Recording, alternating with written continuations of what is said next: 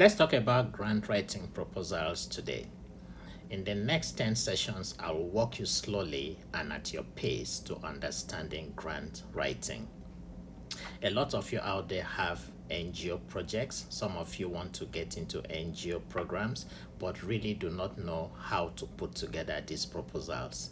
I'll take it very slow with you. I'll make sure you understand the basics of grant writing. Now, to start a grant writing proposal, first you need to have what we call a course. What do you need the grants for? What are the different courses that grants are offered for?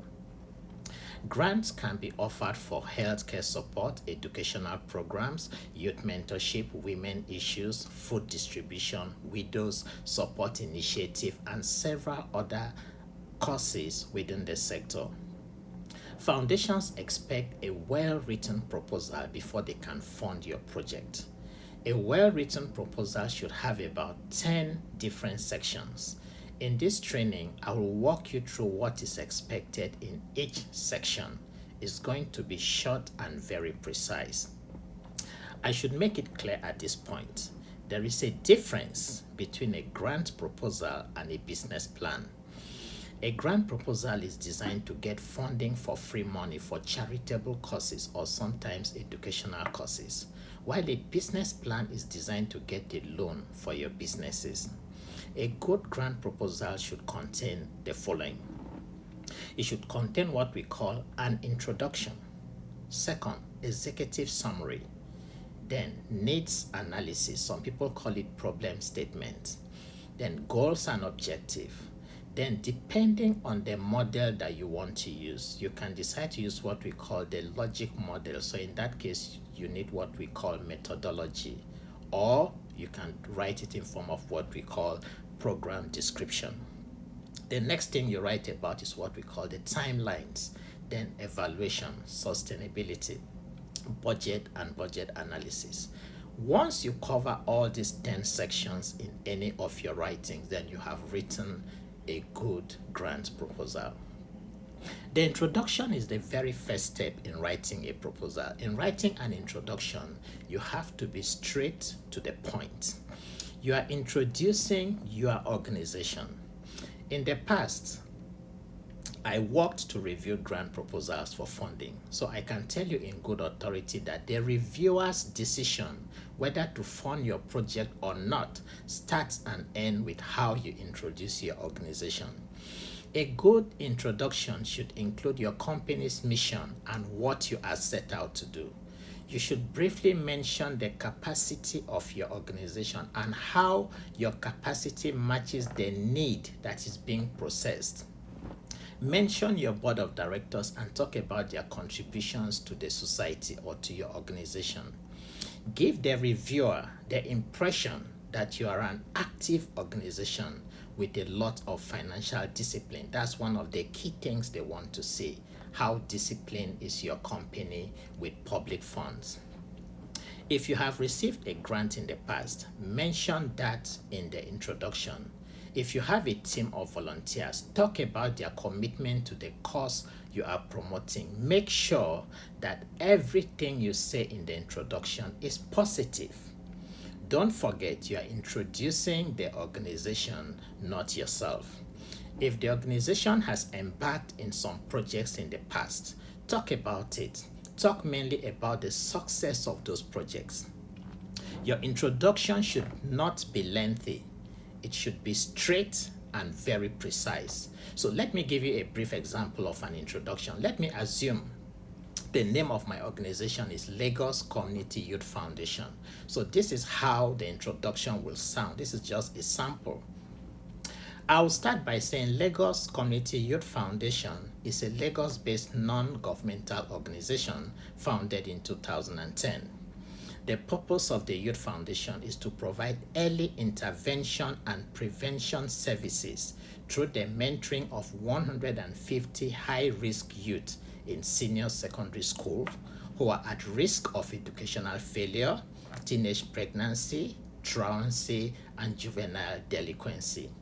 Our strategies are designed to encourage youth to dream beyond the often oppressive conditions of rural life and to prepare them for the future. So I'll also proceed by saying we work with youth from the Lagos rural population, such as you mentioned some cities like Ajegunle, Mushin, Ikorodu areas, where we also have our office location. Our company board of directors are drawn from our local community. That is very important, where you draw your board of directors. So you say our company board of directors are drawn from our local community leaders and professionals within the district. This include a local pastor, the local government police DPO, the market leader in Ajegunle, 2 school principals in the area, a medical doctor, 2 lawyers, an accountant, and you can also say a local fire service worker. So these are the people now that constitute your board. That has to be included in the introduction. You can proceed by saying all our directors in the NGO, they live and work within our community and they understand the needs of the community. The board meets once every quarter. The executive director of the company who runs the day-to-day activities of the NGO is a retired headmistress in the area with extensive experience in youth education and mentoring. So you notice here that I have talked about the capacity of my organization in trying to introduce my organization to the reviewer. I can proceed by saying in 2016, we received a grant from Ford Foundation in Lagos, Nigeria. Funds were used to recruit, to train, and to hire 6 mentoring staff. We identified 150 high-risk youth from the creeks in Ajegunle to participate in the program. That's what the reviewer wants to hear. The program was considered at risk, and this included academic failure, teenage pregnancy, drug and alcohol prevention, teenage truancy, teenage prostitution prevention, and college readiness programs.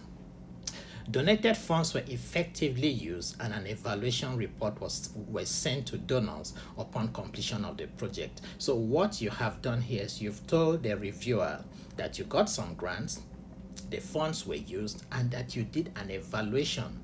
Once a reviewer hears that, he knows that you have financial discipline. And you can conclude your introduction by saying, over the years, we have pulled together a team of committed volunteers who participate in our program. It is important to talk about volunteers that participate in your program. Our volunteers are drawn from local religious groups, civil servants, members of the professional leagues. You can also say our volunteers help us to organize fundraising drives, radio jingles, and also participate in our mentoring programs.